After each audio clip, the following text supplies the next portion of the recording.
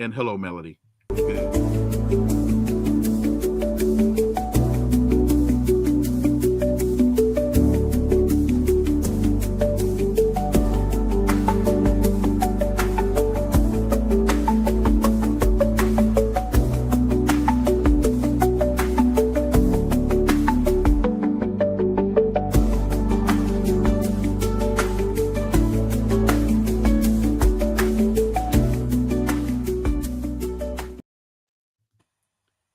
Greetings and good afternoon. Welcome back.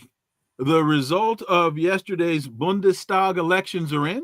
Germany now has its second change of leadership in fewer than 4 years after the head of the center-right opposition, Friedrich Merz, his party won Sunday's election, which saw a surge for a far-right party and a stinging defeat for outgoing Chancellor Olaf Scholz. What does this mean for Germany? What does this mean for Europe? What does this mean for U.S.-European relations? Let's connect some dots and find out.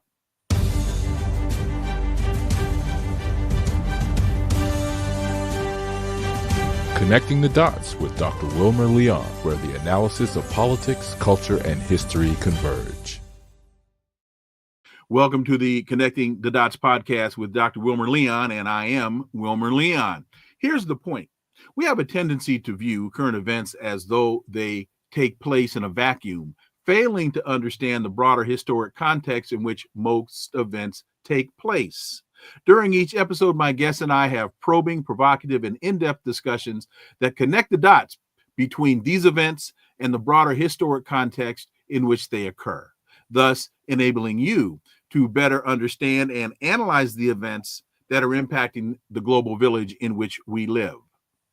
On today's episode, the issue before us is, according to Germany's assumed next chancellor, Friedrich Merz, Europe must seek to, quote, achieve independence, end quote, from the United States.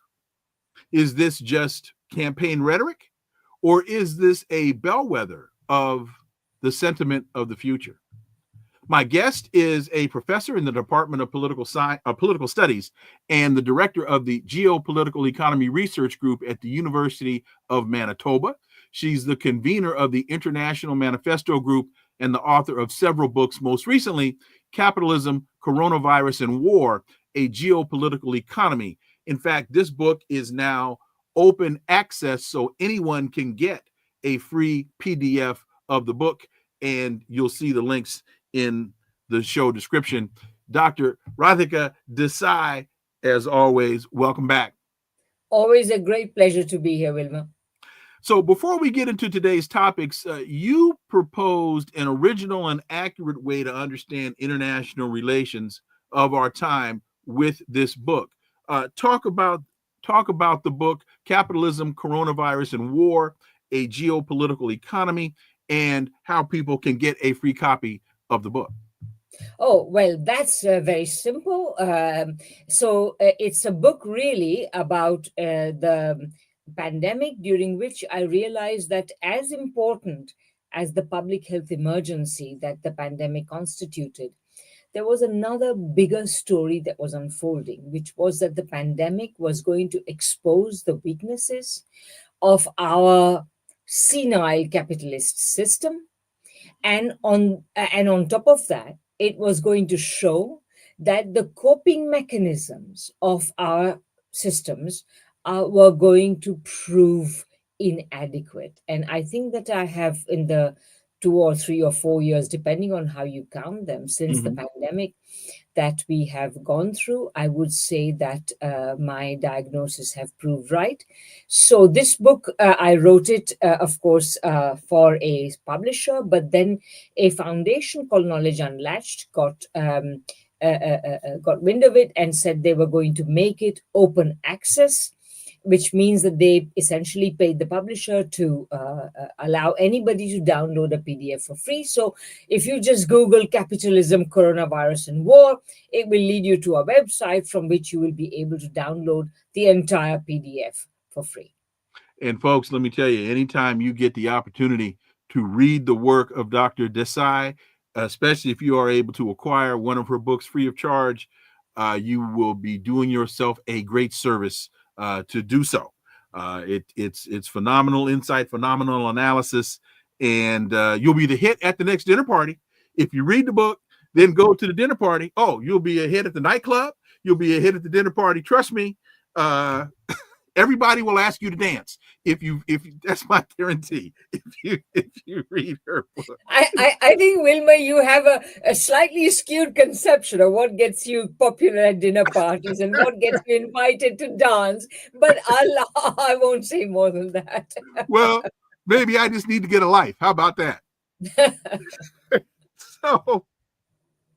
So Friedrich Merz is set to lead Europe's biggest economy and most populous state after his center-right Christian Democratic Union, the CDU, and its sister party won 28.6% of the vote. This is according to preliminary official results. And I want to say, I think they had 80% turnout in 84. 80. Okay. So in a televised roundtable late last night, Merz criticized U.S., quote, intervention in the German election campaign. Quote, the interventions from Washington were no less dramatic and drastic and ultimately outrageous than the interventions we've seen from Moscow. We are under such massive pressure from two sides that my top priority is to create unity in Europe, end quote. And he now faces this enormous task of following the snap election that was dominated by concerns over immigration, the economy, and the return of Donald Trump. What is your analysis of what we've just witnessed take place in Germany? Well, I think that first of all, I mean, from the point of let's just begin from what you said, which is that Friedrich Merz, who you must remember is a former BlackRock executive. He's about as Atlanticist as you could possibly get. By Atlanticist, of course, I mean people in Europe who are committed to their alliance with the United States. So Friedrich Merz, given his background, is about as Atlanticist as you're going to get. But so now he's in a very peculiar fix. On the one hand, he had to say what he did, which is to condemn the United States, in particular, J.D. Vance and Elon Musk, for their very overt interventions in the German electoral process, supporting the AfD, discrediting the existing establishment political parties, and so on. So, as far as on the one hand, essentially, because these pronouncements by Musk and Vance essentially gave a big boost to the Alternative für Deutschland, which would have drawn away votes from the CDU, CSU, the Christian Democratic Union, the Christian Social Union. The two parties are parties in the West Germany, and on the one hand, the Christian Democratic Party, and the Christian Social Union is, of course, the Bavarian version of that, but they are two distinct parties. Anyway, these two are normally, they run in cahoots with each other, but they lost votes. One of the things people don't realize when they say that Mr. Merz has won the election and that, he has done very well, people forget that as far as Mr. Merz is concerned, this is the second worst vote they have ever got in the post-war period since the party was founded. And the only party to have outdone them in this respect is Olaf Scholz's Social Democratic Party, the 100-plus-year-old party. They're almost 150 years old, actually, born in the late 1880s. This party got its worst result ever. So the parties that were part of the Grand Coalition, as a party, let me rephrase that. Okay. Mr. Merz proposes to go into coalition with the Social Democrats. So he proposes to go into coalition with the party that has done the worst ever in its entire almost 150 plus year life. So there you are. This is where you're at. So So, the so election really, is that sorry, coalition, out of desperation, or is that coalition out of ideological consistency? yeah. Now, so give me a, sorry, I meant to say a couple of other things. So let me say a Okay. couple of other things and I'll return to your question. Okay. So overall,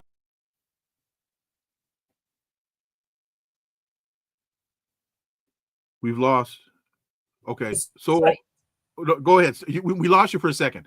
Okay. So overall, start again. Yeah. So over the big picture story is Mhm. that um, the um, the Alternative für Deutschland, the ultra right wing party, some extreme, well, with many extreme right and some neo Nazi affiliations, this party has done extremely well. They basically doubled their vote since the last election, going from about 10% to a little over 20%. And so this is the big story of the election. And Mr. Mertz's CDU has managed to get even the performance that it did, which, as I say, is the second worst ever, Mhm. just by following the points raised by the ultra right, the AFD, including a couple of weeks ago passing an anti-immigrant law with the support of the AfD. Now, what is significant about the support, taking support from the AfD or the Alternative für Deutschland or Alternative for Germany, is that there is supposed to be a firewall, what they call a Brandmauer, in Germany between the established parties like the Social Democrats, the CDU, CSU, the FDP, the Greens, the left, everybody, and the AFD. They are supposed to do everything that they Mhm. possibly can to leave them out of any stake in any coalition government. They are supposed to sideline them. So the point is that the fact that some of the parties, for example, the Free Democratic, sorry, the FDP, the Free Democratic Party, which is essentially the Liberal Party, the pro-business Liberal Party, and the Bundesrat Wagenknecht, which is the splinter from the left party, which essentially sought to say that, look, we are not addressing the problems of working people. We are not opposing the war, etc. So we must do all these things. So these two parties did not cross the 5% threshold. Mhm. And because they did not pass the 5% threshold, there are more seats to be distributed among the established parties. And by the way, the Bundesrat Wagenknecht seemed to have missed it by like 0.2 or 3 or 0.3% of the vote. Anyway, whatever the case may be, that's their rules, and I'm not complaining about that. The rest of the parties get to share the more of the seats among them, and that allows Friedrich Merz to make a coalition with just the Social Democrats if he likes. He can include the Greens if he also likes. So they are going to make a so-called they can either make a red-black coalition, or they may make a Kenya coalition, which means red, black, and green, which is the color of the Kenyan flag. They have these very interesting names for the possible coalitions in Germany. There can be a Jamaica coalition, a Kenya coalition, etc. Anyway, a traffic light coalition, and so on. So anyway, the point is that Merz will be able to make this coalition. But when he makes this coalition, and I know you said that he has declared that he is going to be opposed to, the US and etc. Mhm. Europe must stand up for itself and so on. But the fact is, who is Merz? Merz is a BlackRock executive, and I would say that I would like to see, like exactly what he stands for will not be apparent for now. For now, he's basically saying, I'm going to stand by the Brandmauer because not to do so, particularly when he can, will be very is really not kosher. It doesn't really work. But I would like to see how long this coalition lasts. And one final point: the reason why this coalition will not last very long is because Mass, if even if he just goes with the SDP, let alone the Greens, this is going. Like, Merz is basically allying with a force that is spent. Why would he want to do that? And who is going to be leading it? And will he be able to come to any reasonable terms with these with the SPD, etc.? There are very big questions around the economy, around public spending, and so on. So will he be able to come to terms with that? And on the other hand, the AFD is saying that if you do not include us in your coalition, you are being anti-democratic because you are not listening to the voice of the people, because we are the real winners of this election. And if you do not include us in your coalition, you are essentially being anti-democratic. So whatever happens from here, and remember, Merz has given himself till Easter, which is the 20th of April, 2 months from now, to come up with a coalition. And to the AFD's point, and the numbers I saw, they received an unprecedented 20.8% for the Alternative for Deutschland, or the Alternative for Germany party. This move to the right that we're seeing there, we're seeing a move to the right in France. We're seeing moves to the right in other European countries. I want to say, is it in Denmark and in Norway, I believe. We've seen over the last few years, we've been seeing these rightward movements. And now we're seeing this in Germany as well. And it's ironic relative to Germany, with the United States blowing up the Nord Stream pipeline, the United States being behind the war in Ukraine, and how that has decimated. In fact, one of the objectives of the Nord Stream pipeline move was to deindustrialize Germany. Yes. So, in spite of all of that, I don't hear any of the German politicians really speaking to those issues publicly. But what does this say to you about, what does this rightward movement say to you? Well, first of all, let me say that the rightward movement is occurring across the board. I mean, it's occurring in the United States, at home for you.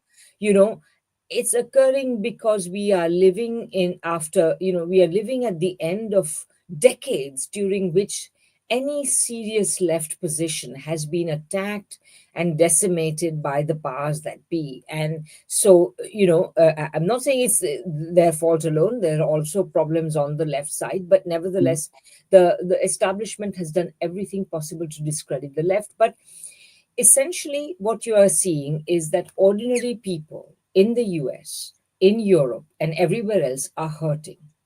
They are not being able to live life as well as they expect. Many of them are in very deep trouble. And given that, they are responding to everybody who is addressing them with a view to, who is addressing them and saying that we are going to solve your problems. These promises are pie in the sky. These promises are false. Just as Trump has promised ordinary working Americans that he's going to solve their problems, he's not going to. So similarly, the AFD, the Rassemblement National, and a whole bunch of Meloni, a whole bunch of right-wing forces, the reform in the UK, all these forces are essentially appealing to ordinary people in this fashion. Indeed, these right-wing parties are appropriating the vote of a very large number of working class people. This is astonishing. And this is largely because ordinary working people do not have an alternative. But what it means, so that's on the one, that's what's happening. That's why Alternative für Deutschland won a big vote. They are the equivalent of Trump, and that's why Trump and Musk and Vance endorsed them. But there is another thing, which is that Friedrich Merz And all the other establishment parties have won even the meager electoral rewards they have won by mimicking these parties, by following their points. Indeed, one of the things that Alice Weidel of the Alternative for Germany has said is that she has said, look, how dare you not include us in your coalition? You have won what few votes you have won precisely by emulating our positions. So, in that sense, the entire political spectrum, which had already moved to the right over previous decades, is now moving even further to the right. And this, Wilma, is a positively frightening prospect. And you mentioned appropriating the votes of the working class, and we're watching, I think, neoliberalism work its way through their realities the same way it's working its way through our realities. The big fights in France a couple of years ago, stemming around the raising the retirement age, looking at reductions in access to university, looking at retirement plans being reduced, and there are a number of social benefits that made European living much easier and nicer than in a lot of other places. A lot of folks have watched what they've worked for all of their lives now being much harder to achieve. So, but you don't hear the analysis. You don't hear neoliberalism being injected into the analysis.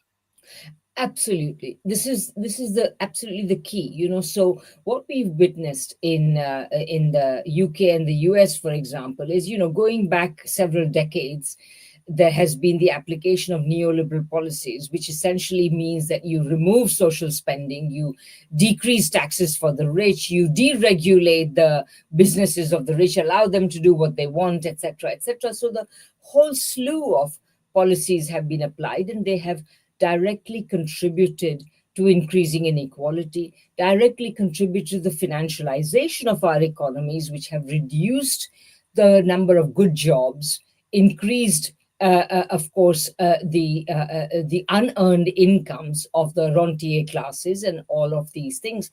And the same thing, with the lag of about a decade or a decade and a half, have been occurring in Europe. And so there also we see that there are vast underclasses in France, in the south, in Germany, in the east, as a result of this election. And the fact that, everybody and their dog likes to blame East Germans for electing the AfD. But the fact of the matter is that, of course, on the one hand, the AfD has also won significant chunks of the vote in West Germany. But also, if you look at the statistics of how much unemployment there is, how much inequality there is, how many people work for low wages, what is the total level of income. When you look at all these statistics, East Germany is an enclave of poverty, of inequality, of unemployment, of lack of social services, of lack of infrastructure, you name it. Every possible affliction that a portion of society might get can be witnessed in East Germany. So, of course, they're going to, well, I'm not justifying it, but of course, particularly in the absence of a serious left capable of organizing these people, there are going to be people who are going to vote for forces like the AfD, which at least claim to address the problems, just as many working Americans ended up voting for Trump. Are we seeing parallels in the narrative as it relates to blaming immigrants in Europe, as Donald Trump has now vilified immigrants in the United States? Well, that is very interesting, and of course, there is definitely that in common. Both are vilifying immigrants, and in both cases, there are immigrants of different kinds. There are well-to-do immigrants, and then there are the immigrants who work in ill-paid service sector jobs, and the same occurs in West Germany. And of course, there are also immigrants who bring much needed skills which Hmm. are not there, which cannot be bought, like which cannot be had just by demanding them in any given labor market. So immigrants do a lot of things in both of these economies. And yes, the bogey person, apart from China and generally, countries against whom, but Germany is a trade surplus country anyway, but nevertheless, there are parallels. So the U.S. has the U.S. Implicates China and implicates immigrants, and similarly in Germany, immigrants are implicated. China to a significantly lesser extent, but nevertheless, of course, in Germany, Russia is the big Hmm. thing where the establishment parties implicate Russia, but in reality, Germany's future cannot really work without a decent economic relationship with Russia. And I'm glad you said that, because my next question has to do with the downturn in the German economy as it relates to the United States blowing up the Nord Stream pipeline, cutting off Germany's access to cheap energy, which came from Russia. And now the narrative is Putin wants to take over Europe. Putin's not going to stop in Ukraine, even though we've heard anytime, particularly Joe Biden talked about Putin wanting to do something, he never provided any evidence to Yes. support the fact that Putin said it. Uh, so talk about this vilification now of the source of the cheap energy that helped the German economy thrive. Well, so here's the thing. So we are the Europeans are being sold a narrative about what's wrong. So okay, let me take two steps back. So more recently, what we have heard is that Trump is going to make terms with Putin. And in that context, the Europeans are being basically told that they are going to, they must stand up and fight for Ukraine and so on.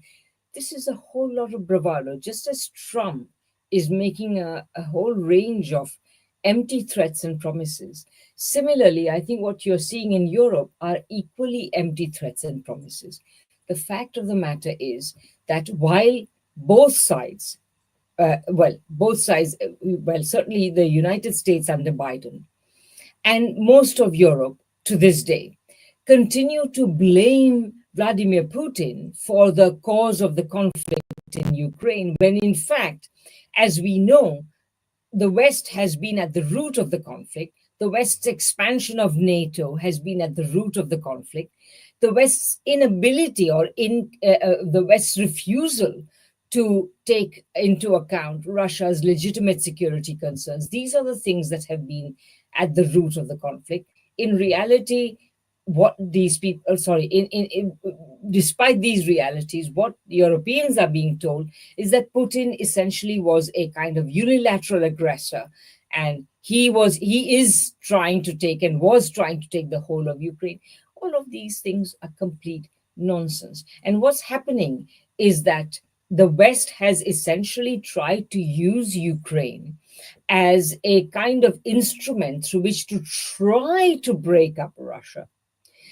Remember Biden saying we are going to reduce, we are going to throw the Russian economy back into the Stone Age, reduce the ruble to rubble, and blah, blah, and so on. None of these things have none of Correct. these ambitions have been fulfilled. And so what you have is a situation in which on the ground, Putin is winning. And because on the ground Putin is winning, there's actually next to nothing that the Europeans can do. You know, the way I read all these claims to increase, or all these promises to increase European defense spending, I mean, on the one hand, they are essentially attempts to assuage Trump by Mm-hmm. saying, look, we'll increase spending, which inevitably means they're going to buy a lot more American arms, which may, since Trump is being, waving his threats and promises, so the Europeans can equally give rhetoric back in reverse. There is no commitment so far. Mm-hmm. So they can do all these things. But on top of that, I think if the Europeans were indeed to increase their military spending to the extent that they are saying, why should they allow the United States to determine how their security policy is determined? If they do increase their military spending, they will become a much more autonomous power. So, one of the things that you and well, you gave an interview a while back talking about U.S. hegemony and asking the question, was the United States ever truly a hegemon? And you believe that that's not necessarily the case. Why? Well, you see, there are many different parts of this story, and I told this story. I began by telling the story in some articles in the 2000s, and then in 2013, I wrote my book Geopolitical Economy, and more recently, as you rightly pointed out, I wrote this Capitalism, Coronavirus, and War, a geopolitical economy. So, in all of these works, I have elaborated my argument. But if I were to try and sum it up in a few points, I would go as follows. So, number one, the very idea of US hegemony is really not a theory of how the world works. It is really a attempt to dress up an ambition of American ruling elites in the form of a theory. So to dignify it in the form of a theory. So that's the first point. So, and these ideas of Is it, US so-called, is it an answer looking for a question? kind of, almost, Okay. or yeah, exactly, Okay. or it's a, sorry, No, you were no, saying no. Is it an answer looking for a question as opposed to a an question looking for an acceptable answer. hypothesis or fact? Yes, indeed, exactly. So it's not really. It is an answer looking for a question in the sense that the United States, American ruling elites in the early 20th century could see very clearly that British power was waning. And they thought that since British power was waning, they could try to take over and try to extend the kind of dominion that, or kind of domination rather, Mm-hmm. that they saw Britain exert over the world economy in the late 19th and early 20th centuries. So they thought that we would try to do that. But even back then, they realized that, you know what, we can never acquire an empire of the size that Britain has. I mean, Britain had an empire on which the sun never set. And by the time the Americans had finished their internal colonization project, which essentially was the expansion of the United States westward from the original 13 colonies all the way to the Pacific coast and so on, once this was over, they realized that there was absolutely no way that they could acquire any more territory apart from little bits and pieces that they have acquired since then. So, and there was Philippines, there was Cuba. These were all failed things because there were several things going on. Number one, there were already a whole lot of competing powers. In addition to Britain, now there was not just the United States, but Germany, Japan, etc. Moreover, even in the colonies of these powers, there were nationalist forces emerging. And finally, of course, once the First World War broke out, you also began to see a new force, which is communist forces emerging with the outbreak of the Russian Revolution, which began at the beginning of this long period of crisis, what some people call the 30 years crisis from 1914 to 1945. At the beginning, there was the Russian Revolution, and towards the end, there was the Chinese Revolution. So you had these vast explosions essentially resisting that kind of American imperialism and capitalism and so on. So, from the beginning, the United States, unfortunately, although it desired to emulate British dominance, it could never succeed because the world had already become very multipolar. And indeed, in the post Second World War period, even though the capitalist allies or rivals of the United States were subdued because of Western Europe and Germany being defeated and Japan being defeated, nevertheless, the fact was that we still spoke of a bipolar world. We did not speak of a U.S. hegemony. Indeed, talk of US hegemony didn't really take off until the 1990s, because that was when you got, for a brief period, the unipolar moment. Anyway, long story short, I mean, the United States, they said that we cannot acquire an empire of the size of Britain's. So, what we're going to do is we are going to emulate British dominance by merely emulating the kind of dominance sterling once enjoyed, the pound sterling, and replace it with a dollar dominance. That's what they tried to achieve. But even that, people say, we have dollar dominance since 1945 or thereabouts.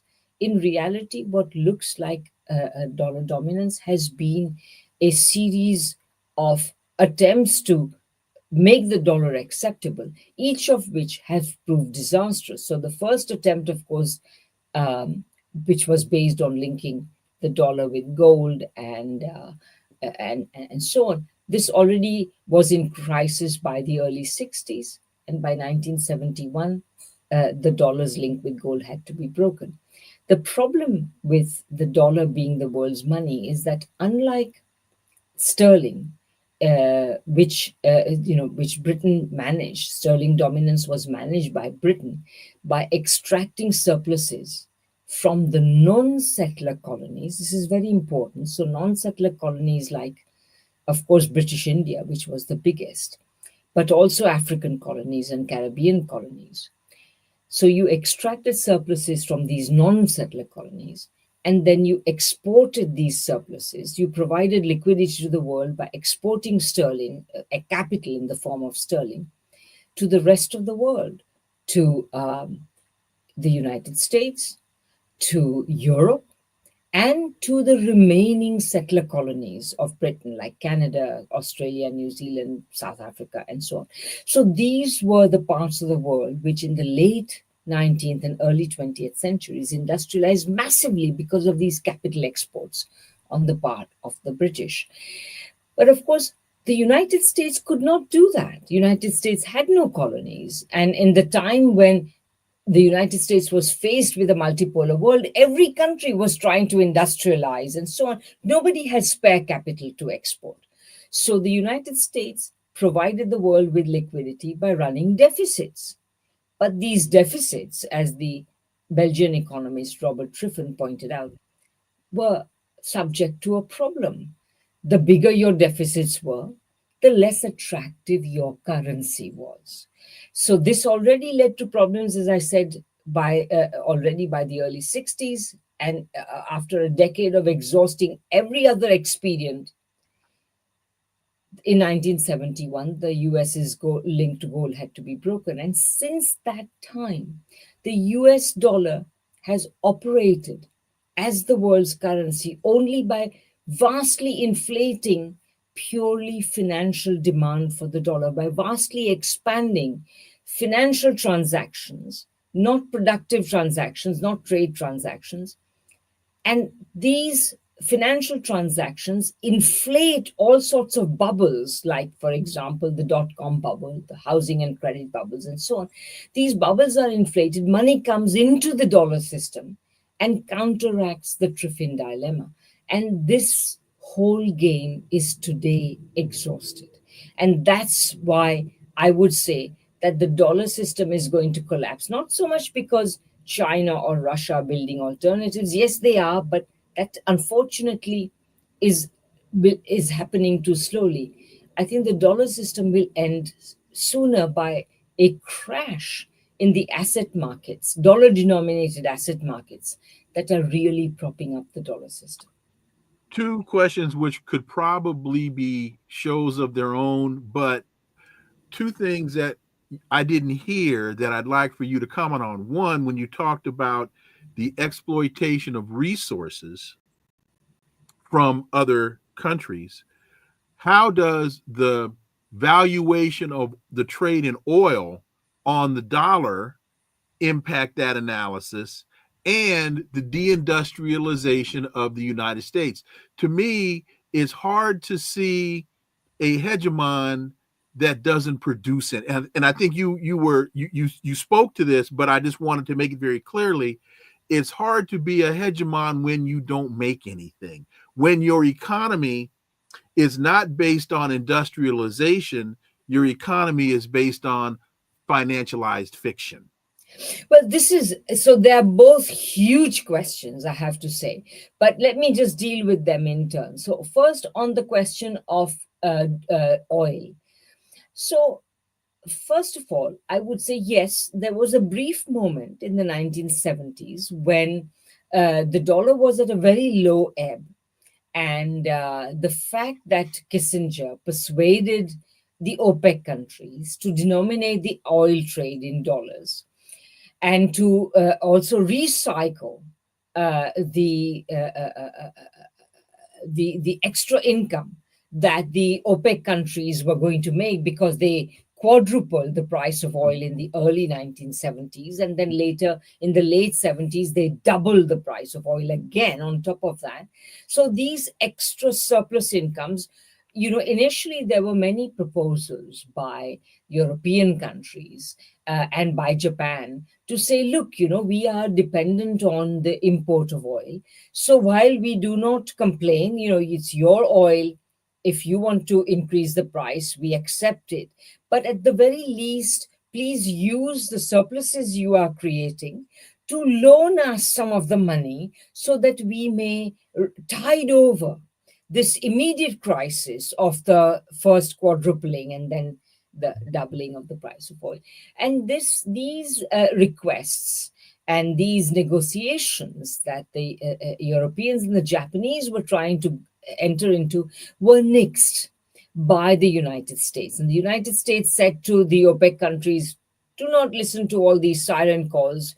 Deposit your extra money into our financial institutions in dollar denominated deposits, etc., etc. So there was this brief moment. And so this, of course, all of this vast expansion in the oil trade and so on, of course, propped up the dollar, because the more countries needed to import oil, the more they needed dollars and so on.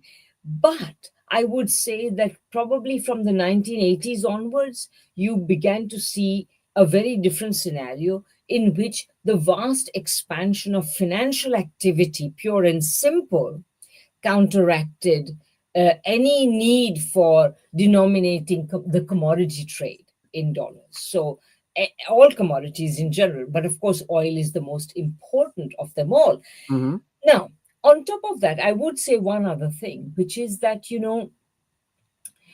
commodity prices do affect the dollar adversely. So there is this guy, his name is Zoltan Pojar. He became very famous back in 2008 or thereabouts, because he was the kind of, boy genius who mapped the shadow banking system and all that. So, he's regarded as a bit of a financial whiz and everything. And I saw recently, I would say 2 or 3 years ago, he came up with an article in which he made a very important and interesting argument, in which he talked about something called commodity encumbrance. That is to say, the more the rest of the world industrializes and the more they demand commodities, which means increasing the price of commodities, because, the more commodities are funny, because we extract primary commodities are funny because we must extract them out of the earth. Mm-hmm. The earth does not obey the laws of supply and demand. The earth will yield those commodities in the way that she does. So immediately when there is a rise in the demand for primary commodities, there will not be a supply response, which means that increased demand will lead to increased prices. Very simple. Mm-hmm. So when that happens, because that is happening with the industrialization of other big important countries like China, etc., this leads to what he calls commodity encumbrance, which means that the more there will be an upward pressure on the price of commodities, the more there will be a downward pressure on the price of dollars. So that's my answer to your question about Oil. oil Mm-hmm. and commodities more generally. Mm-hmm. Now, there was, what was the second question you The said? second the second question had to do with just elaborating on your point about the financialized economy and the fact Yes. that the United States has deindustrialized its Oh, that economy. You can't grow your economy when you don't make anything.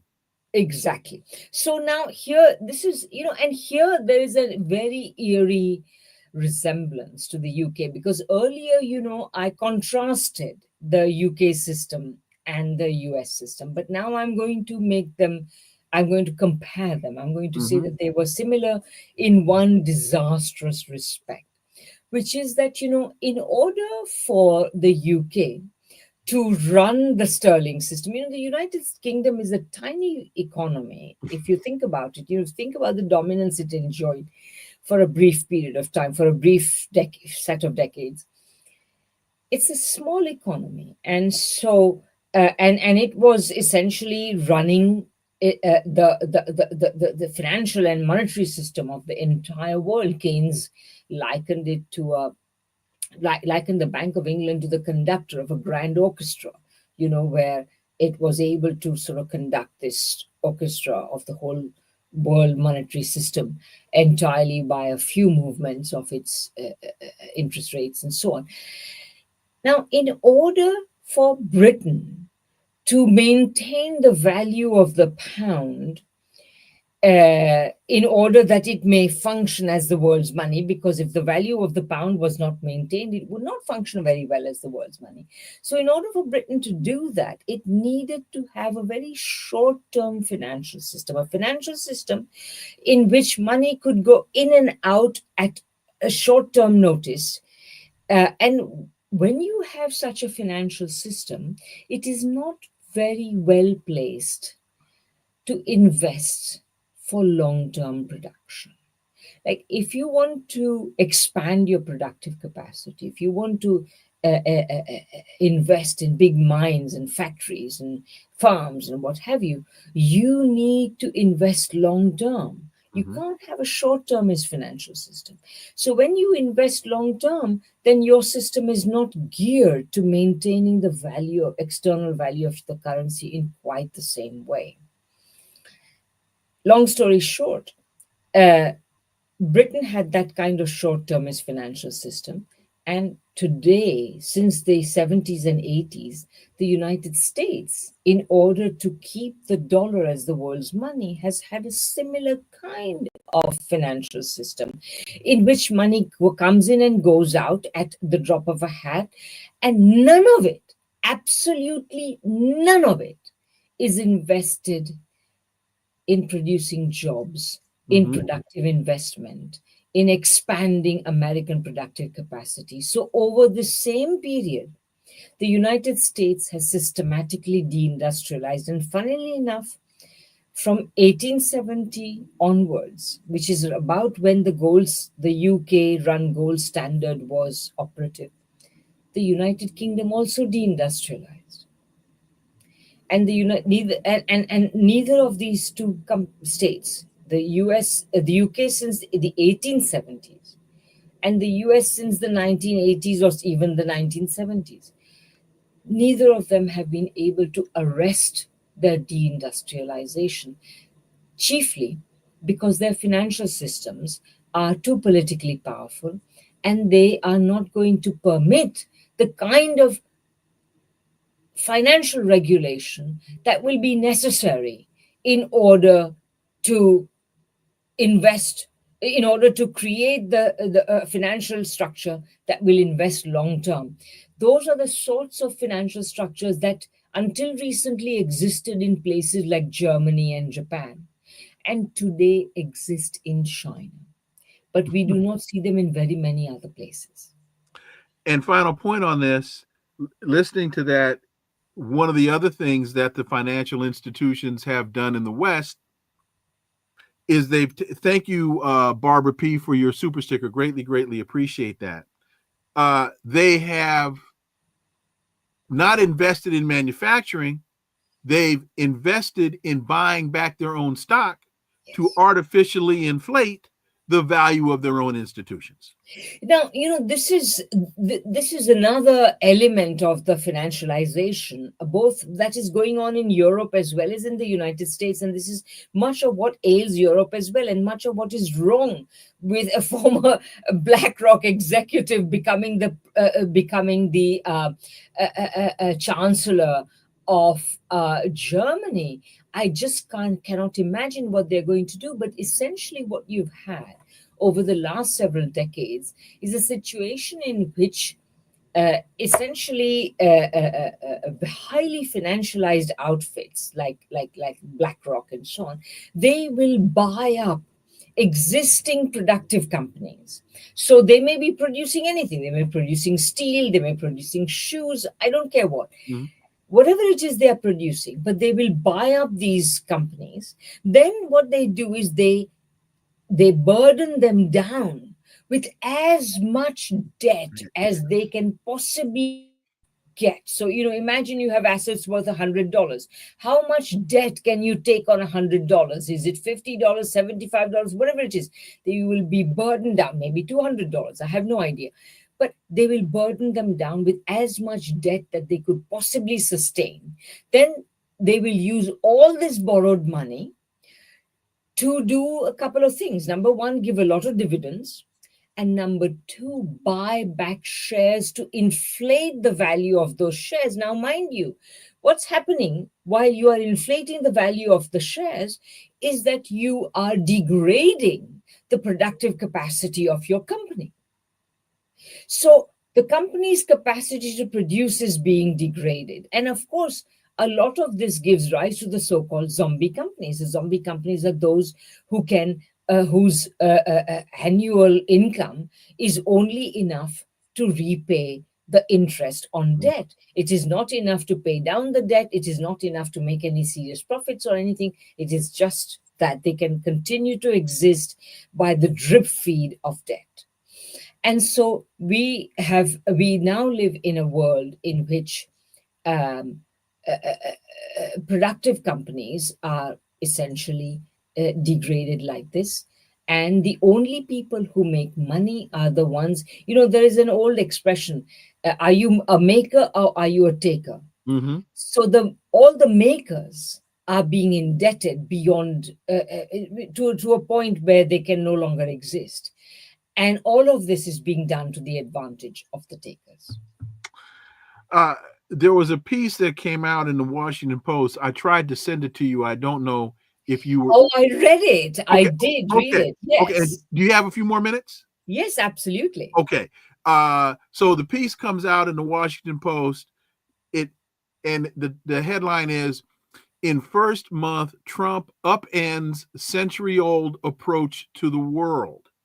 The president appears to be turning back the clock to a time in world history when countries with the biggest militaries constructed empires, demanded tribute from weaker nations, and expanded their territories through coercion. I want to read this first paragraph. This is from the Washington Post. The speed and energy with which the president has moved to remake Washington's role in the world has been most visible in his approach to the war between Russia and Ukraine. He has embraced Russia's strength and blasted the smaller country, falsely accusing Zelensky in Ukraine of starting a conflict that began with a Russian invasion. He has insulted U.S. allies in Europe, who for decades have relied on the United States to check Russian power. There seems to be so much hyperbole here. There seems to be so much disinformation and just ahistoric rhetoric. And this is being passed off as analysis.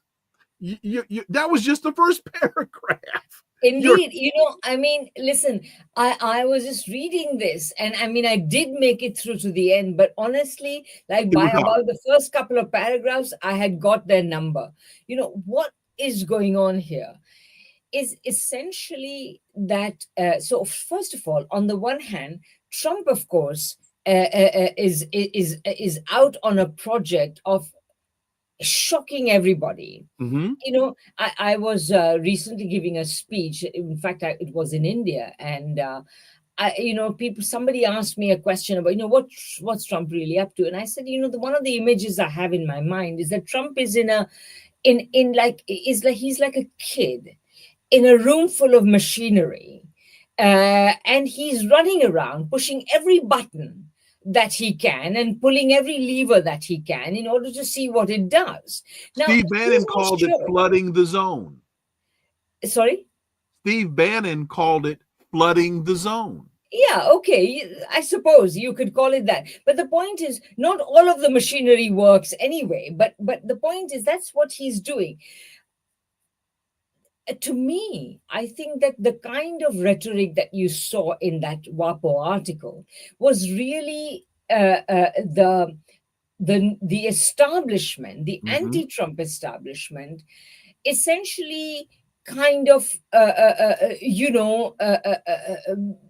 expressing shock and horror at what he's doing, but completely ignoring the fact that it is not at all clear that Trump is going to carry out the threats that he's making, or if he tries to carry them out, whether he will succeed. I mean, this idea that Trump can put us back to a time when the world was able to conquer other countries, some countries were able to conquer other countries at will.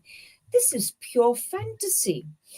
The fact of the matter is, like I said, even in the late 19th century, when the United States would have dearly loved to acquire an empire of the size that Britain had, or even a fraction of the size Britain had, it could not do so. Why? Because there were other powers in the world. The world had already become multipolar. And even among the lesser powers of the world, it was not so easy to overrun them. The idea that even the United States can go and take over any territory easily, it's not, the United States would dearly love to attack Iran. Can it attack Iran? No. I mean, yes, okay, it can overrun Panama or Grenada. And I know that President Trump is talking about taking over the Panama Canal. But quite frankly, what is he going to acquire in the Panama Canal other than an oversilted canal which needs rejuvenation and a rebellious people? I have no idea.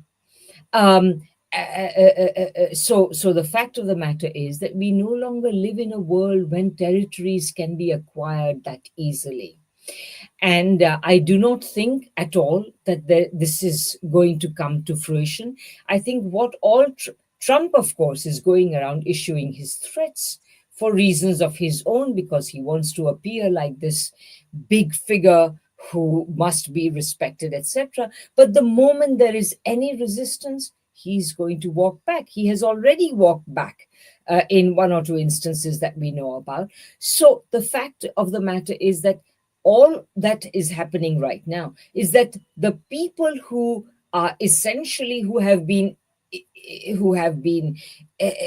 rendered impotent by Trump are just huffing and puffing and expressing their shock and horror at what Trump is doing. But I don't think that this amounts to anything more. I think what I would like to see is what really happens, for example, when the deadline for the imposition of tariffs against the Mexico and Canada run out, when allegedly the tariffs are to be imposed on Europe and so on. And we will see. I will doubt very much. The United States may have $1 trillion a year of military, but how many military victories has it actually won? I'd like to know. Zero. Since Exactly. since Vietnam. Well, since World War II. And Zip, World War well, II was not the United States war. The people who won World War II were not the Americans, no matter how much the Americans inflate themselves by saying so. They were won by the Russians, by the Chinese, and by the people in Europe who had to fight. Russia won. Russia won, at least in terms of Europe. Russia Exactly. won World War, and that's something that a lot of people they talk about Russia and Putin is insane and all this other kinds of stuff because they don't understand history. Exactly. And when you are a country that lost 25 million of your people in a war, and some of those people were members of your own family, when you lost 25 million people, you have a different, and your culture is thousands of years old. You have a different perspective on time. You have a different perspective. You have a different perspective on time because your culture is, as Dr. King talked about, the moral arc of history in your country is a hell of a lot longer than Yes. 200 years. You lost 25 million people in one war. You're going to have a different perspective on the world. But folks don't know. The United States lost 400,000 in World War II. Russia lost 25 million. Yes. And if it hadn't been for Russia, World War II would have turned out differently. Exactly. And I would say that Russia in Europe and China in Asia were absolutely critical. And by the way, that is the only reason why Russia and China had to be placed on the United Nations Security Council. Think about it. The United States would have dearly loved it if they would have been able to confine the Security Council to the imperial powers. But no. In fact, think about it this way. The family conflict of the imperial powers, which began with World War I, continued into World War II, was only resolved because of these communist powers.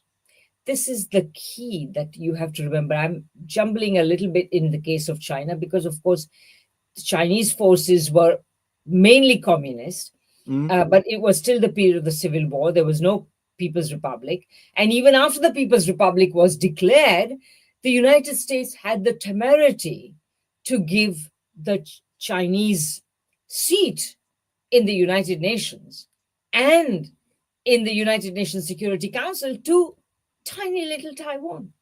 There you go. But in the end, it did not succeed. And people will ask, well, what is really at the heart or the crux of this conflict between the United States and Russia and the United States and China? And post World War II, it's an imperialist versus anti-imperialist conflict. Exactly. Wilma, let's do another show on that. This is exactly, earlier you mentioned that I have proposed a way of looking at world affairs, which is more accurate. And to me, in geopolitical economy, which is the name I give it, the confrontation between imperialism and anti-imperialism, this is the key to understanding what makes international relations tick in our world. This is the key. Cherie says, quote, Dr. Wilmer Leon, I have listened to Professor Michael Hudson and Professor Richard Wolff, Professor Radhika Desai, Yanis Varoufakis, Ben Norton. She says, why did Milton Friedman win a Nobel Prize for economics? What's wrong with the Nobel Prize in economics? And I will interpret that in terms of why hasn't Professor Desai been nominated for a Nobel Prize? I'm gonna start a campaign. But I will answer Cherie's question in one respect. The Nobel Prize in economics, people don't understand this, but of course, the Nobel Prizes themselves were instituted, I believe, in the late 19th century by Alfred Nobel, the big dynamite manufacturer, and so on. And they were given for all sorts of things, for science and physics and chemistry and literature and what have you. But there was no Nobel Prize in economics, not least because the discipline of economics barely existed at the time. And it was only with the increasing assertion of neoliberal thinking in the early 70s that a Nobel Memorial Prize given by the Riksbank, by the Central Bank of Sweden, was instituted. And that is what has, so essentially, basically, everyone, apart from a tiny number of exceptions, every major Nobel Prize has been given to a neoliberal economist. Like Friedrich von Hayek, Milton Friedman, and all their followers to this day. There is no exception, even though many of them will appear to be very progressive. In the end, they return to the neoliberal orthodoxy. And that's what the Nobel Memorial Prize is. Oh, sorry, Wilma, I can't hear you. You also have to throw in austerity when you start talking about neoliberalism, and folks need to understand that Milton Friedman was at the University of Chicago. You had the Chicago boys. They in the 70s went into Chile and implemented the neoliberal economic policies to take over Chile. And so it has been the reinforcement of the American unitary mindset and imperialism. Is that Yes. okay? So very briefly, I mean, I don't know how long you want to go on, but very briefly, I will say that neoliberalism is essentially a kind of a doctrine that Mm-hmm. says that free markets and free trade are good, which means that there should be essentially no state governing any economy. So then what that means is that the big corporations of the most powerful countries tend to essentially have access to the whole world economy, whether as markets or as sources of labor and raw materials and so on. And so the point is that the purpose of the doctrine of free markets and free trade or neoliberalism is to open up the rest of the world economy to exploitation by the most powerful countries. And if you want your country to develop rather than to be the victim of such big, powerful corporations, you need to close your economy, not necessarily completely, but at least to protect it intelligently in order to allow your own industries to develop, in order to allow your own productive capacities to develop, in order to allow your own people to acquire the education and so on that is needed in order to develop. So all of these things cannot happen in a free market and free trade environment. And final point, I don't want to take this too far afield, but when you start hearing terms such as neoliberalism, that can confuse people because they need to understand that these labels have developed over time and that they change over time based upon history and economics.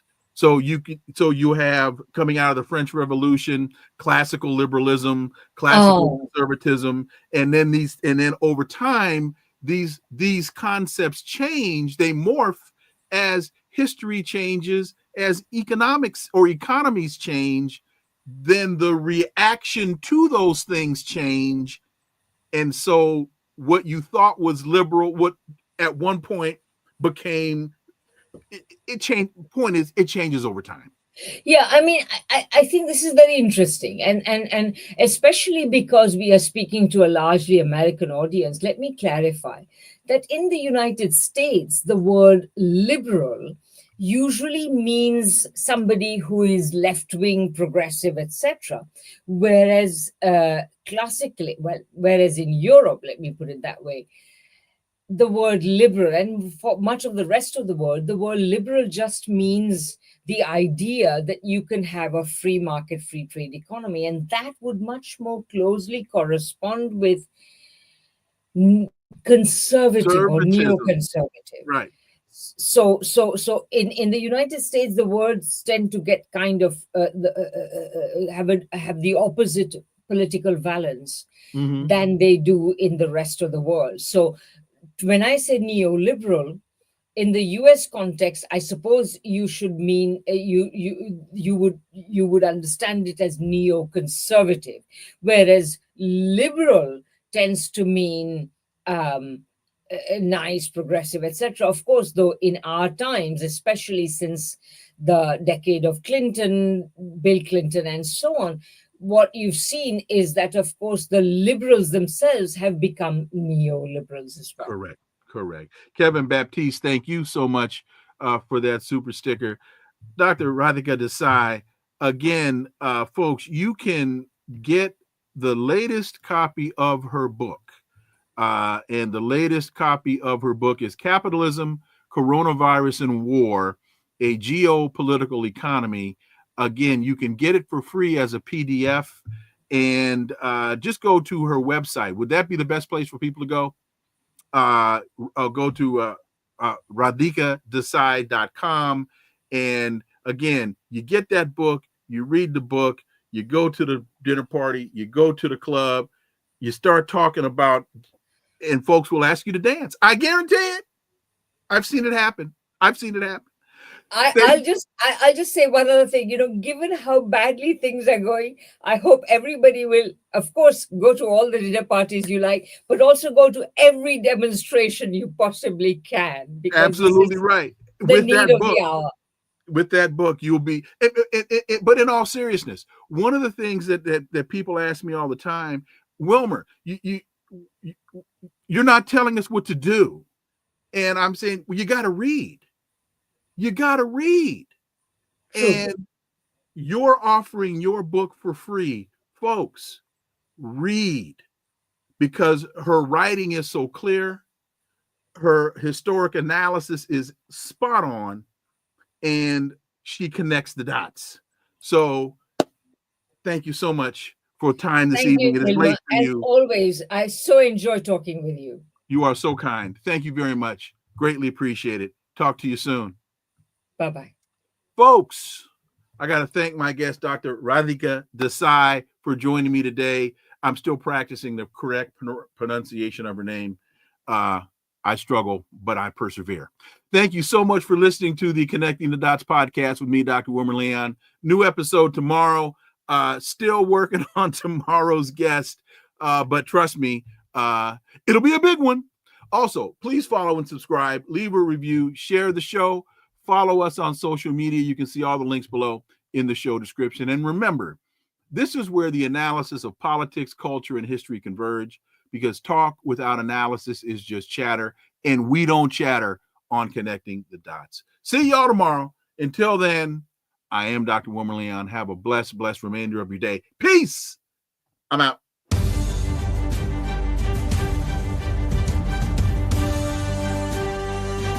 Connecting the Dots with Dr. Wilmer Leon, where the analysis of politics, culture, and history converge.